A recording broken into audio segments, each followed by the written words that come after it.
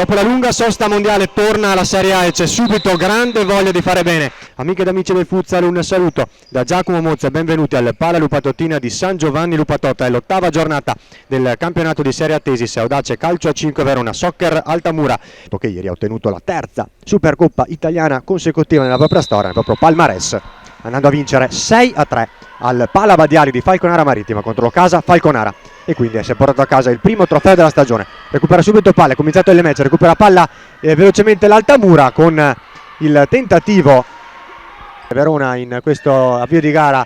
Attenzione, la palla dentro e c'è subito il gol realizzato da Cinzia Pereira sulla palla messa dentro da Kubashek. Melissa Barban a cercare la gemella sul secondo palo, intervenuta la difesa biancorossa a far ripartire l'azione pugliese, cerca la verticalizzazione nuovamente, attenzione alla grande errore dell'Altamura e Vanessa Pereira che trova il 2-0. La linea mediana del campo, la metà campo offensiva, ancora Cinzia Pereira, si gira molto bene Matievic, lo scambio ancora Pereira, che gol, 3-0, scambio bellissimo. Ultima esperienza all'Irpinia, attenzione Vanessa Pereira, un gol pazzesco, anzi è Vanessa Pereira, gran gol con il mancino sotto l'incrocio, un gol bellissimo contro il Levitonto nell'ultima casalinga per la Dace Verona. La giocata di Shostak, attenzione a Matievic, il 5-0 su un altro assist della scatenata Claudia Kubashek.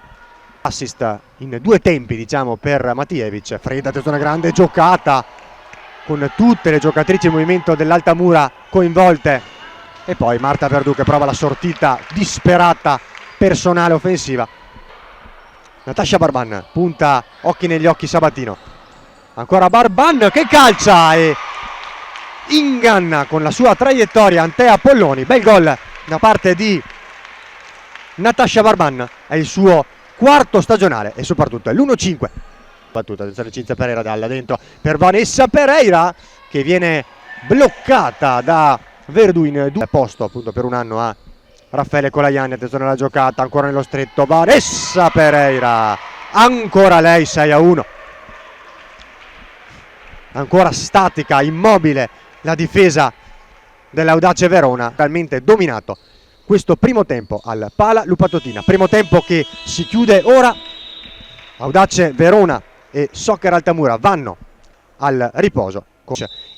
Il momentaneo 1-5 inutile per l'Audace Verona realizzato da Natascia Barban, una squadra veramente dominante. Ci prova subito dall'altra parte dopo nemmeno 10 secondi dall'avvio della ripresa Cinzia Pereira con un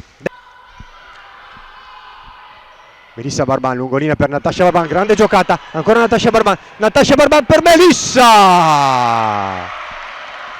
2-6, gol. Shostak, lo scambio ancora con Matievic, Shostak, Matievic, il gol da parte di Kubashek, è il 7-2 ed è la meritatissima gioia personale per la giocatrice polacca.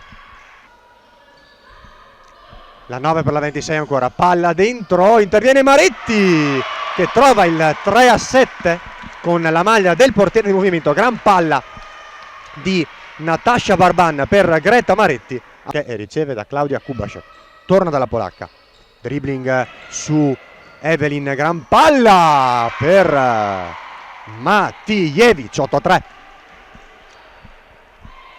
Altra giocata fulminante da parte di Claudia Kubashek, poco più di 6 minuti dal termine della gara, gran palla per Melissa Barban, dentro per Ficeto, bellissima azione dell'Audace Verona, 4-8.